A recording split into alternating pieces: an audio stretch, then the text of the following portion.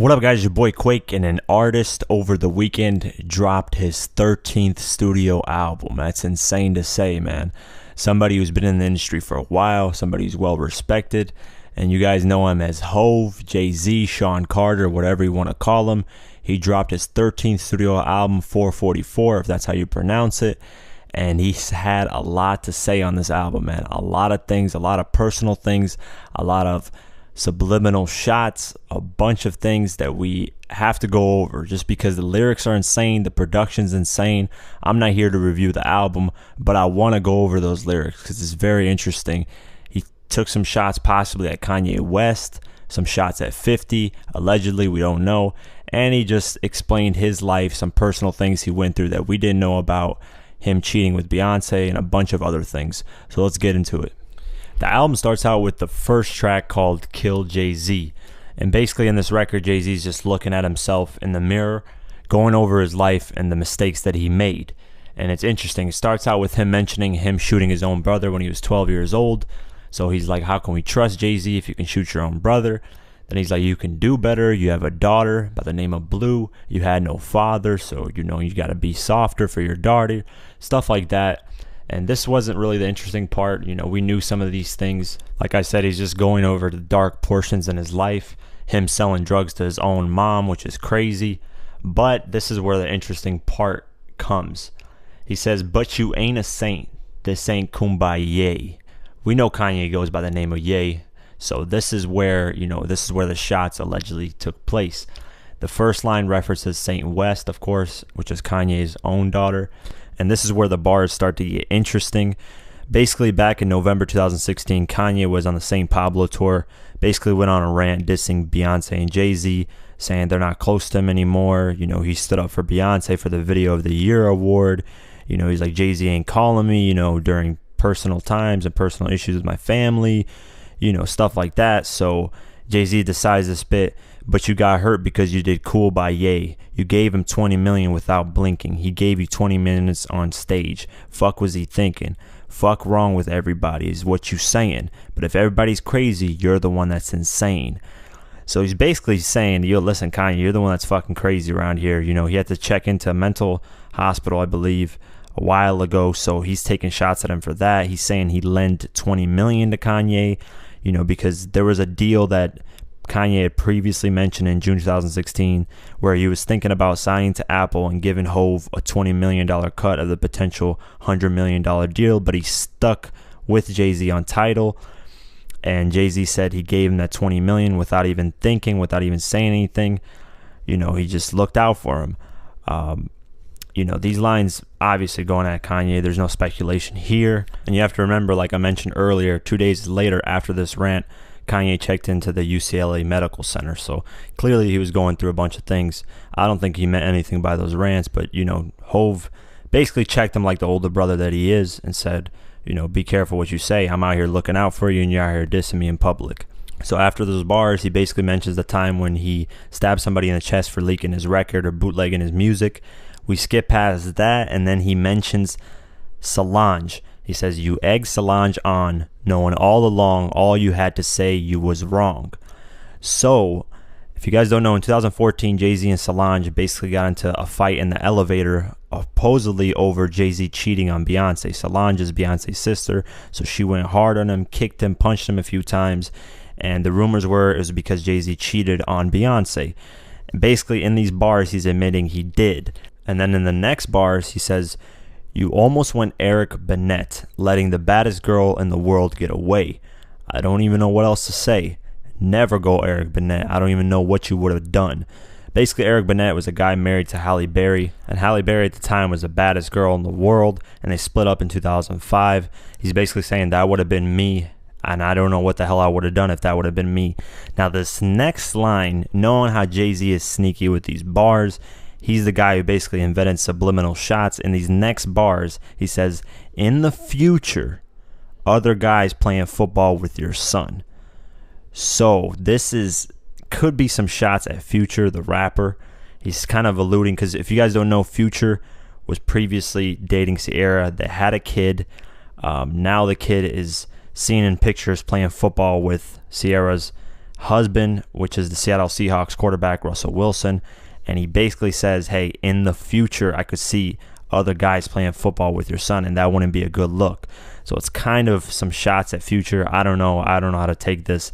That's up for you guys to decide in the comments. But it's just some crazy bars, and you know how Jay-Z does with these subliminal shots. So that's the first record. A lot been said, and there's still a lot more to go over.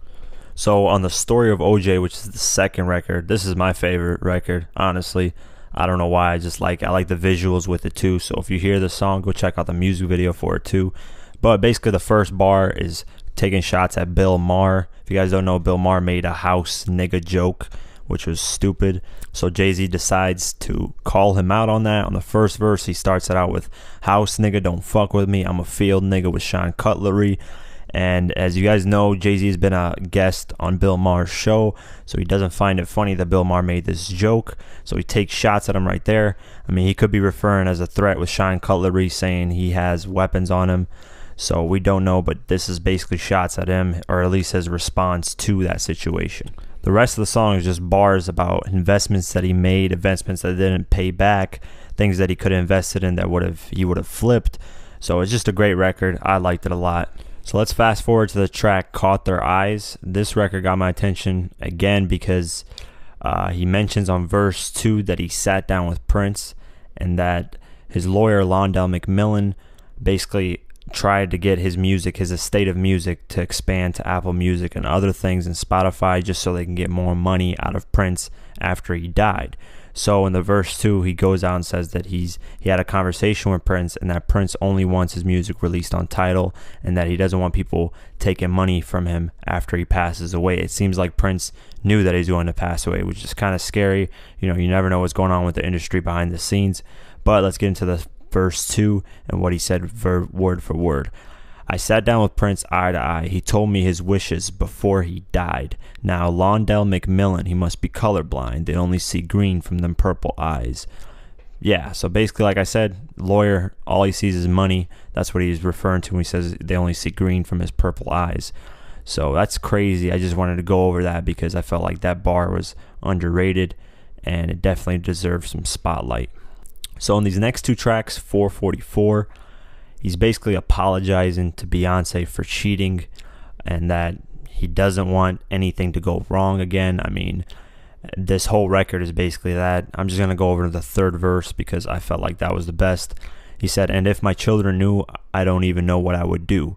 If they ain't look at me the same, I would probably die with all the shame. You know what? With who? What is a good menage of trios when you have a soulmate? You risk that for blue. If I wasn't a superhero in your face, my heart breaks for the day I had to explain my mistakes. And the mask goes away and Santa Claus is fake. And you go online and see for Blue's tooth, the tooth fairy didn't pay. So basically in this verse, yeah, he's just ashamed that he cheated. He wouldn't want his kids to not look at him as a superhero anymore. And that everything in their kid's life would be exposed as the truth. So basically on 444 and on Family Feud, he apologizes to Beyonce throughout these whole records and explains, you know, what happened. And Family Feud, he mentions Al Sharpton taking mirror selfies, which is crazy. He mentioned he takes shots a little bit at Bill Cosby, calling him Pill Cosby. So that's great. And then we get into Bam, and this is where the alleged 50 Cent shots were at. In verse 1, he says, who they effing with? We got effings too. Now, if you guys know, 50 Cent has majority ownership in effing vodka. So he's taking a subtle jab at 50 Cent, allegedly. I wouldn't really call it that. I mean, but you never know. Jay-Z's slick with these bars. He's never direct. So he's just basically saying, hey, we have our own, you know, vodka over here. He owns Douce. So he's saying we got effings too. So that might be just a subtle jab. It might be reaching. I don't know. That's for you guys to decide in the comments. I would love to know what you guys think on all these bars. What do you guys think? What do you guys think of the album? Stuff like that. So let's get into the next record that caught my attention, and that was Moonlight. And basically this record, it seems like he was taking shots at Soulja Boy or all these dumb new rappers who go online posting guns, posting money, and just doing dumb, ignorant, young, foolish shit. Basically, in some bars, he says, "Stop walking around like y'all made Thriller, huh? Fake Dracos in all the videos. We shoot them in my city, though. I don't post no threats on the internet. I just post a threat. Blame Melanie S for that. I don't be on the gram going ham, giving information to the pork. That's all spam. Please don't talk about guns that you ain't never gonna use. Y'all always telling yourself. I'm just so fucking confused." And I agree, man. I'm glad Jay-Z said this. It's just corny. I think these rappers doing this is just, you're snitching on yourself. You're causing more problems for yourself. So that's why I like this record. I'm glad he mentioned that. So I just wanted to go over that verse. And then Legacy is very interesting. This is one of the last records. It is the last record, actually. And there's a line on here that really caught my attention. And this is something that we did not know, or at least I didn't know about Jay-Z, and I'm pretty sure a majority of the public didn't know about Jay-Z, because like I said, he went very personal into his life on this album, which was great. I mean, at 47 years old, we didn't know what Jay-Z was going to talk about. At this age, it's amazing that he still has content to talk about. It's amazing that people are still listening. He's sort of transcending the time of, hip-hop being only about youth. Now it's starting to become about, the older generation too. So let's get into the verse 2. So this is the verse 2. This is the verse he says, or this is the lines he says that really caught my attention. "You see, my father, son of a preacher man, whose daughter couldn't escape the reach of the preacher's hand. That charge of energy set all the Carters back. It took all these years to get to zero, in fact." So Jay-Z's going over apparently his grandfather being a molester as a preacher. He molested his daughter, the sister of Jay-Z's father.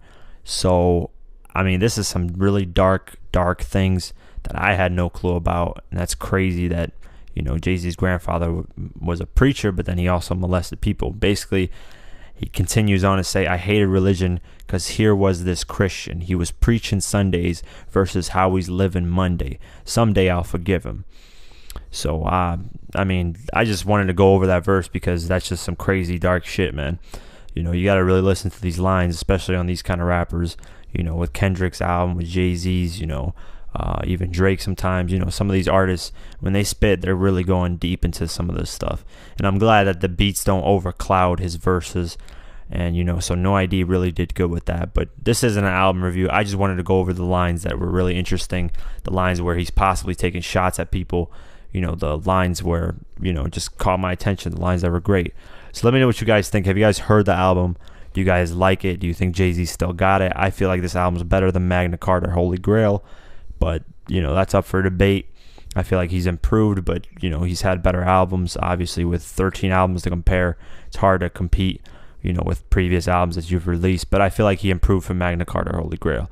I like the production. No ID did his thing.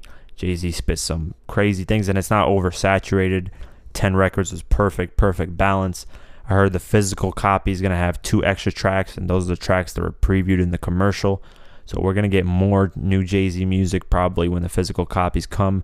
I don't know exactly when that is, but yeah, look out for that. Let me know what you guys think about these bars. Do you think he's taking shots, at 50 with that effing line? Do you guys think, the apology was warranted? Do you think that was good enough? Do you guys think Kanye, apparently I heard Kanye doesn't care about the bars that going at him, but what do you guys think Kanye thinks? You think Kanye should respond on his new music, because we know Kanye's recording new music? Just get in the comments. Let's talk about this. Great album, great music, so I'm down to talk about anything. So like, share, subscribe, follow me on Instagram and Twitter, and I'll see you guys in the next one. Peace.